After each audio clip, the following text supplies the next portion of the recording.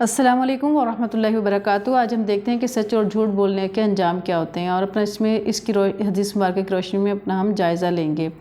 حضرت عبداللہ بن مسعود رضی اللہ تعالیٰ عنہ سے روایت ہے کہ نبی رحمت صلی اللہ علیہ وسلم نے ارشاد فرمایا، بے شک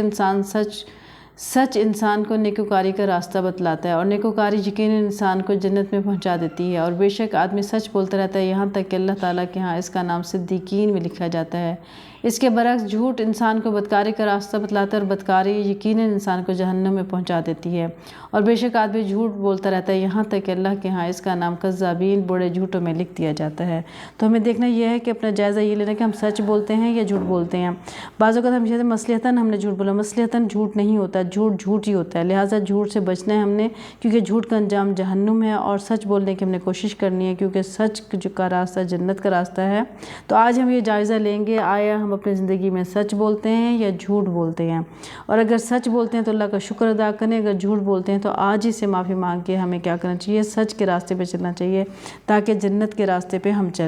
چل پڑیں۔ تو سچ یا جھوٹ یہ عام بات نہیں ہے، سچ سے ہمیں جنت ملے گی، سچ بولنے سے، اور جھوٹ بولنے سے جہنم کا راستہ آسان ہو جاتا ہے، انسان جہنم میں چلا جاتا ہے۔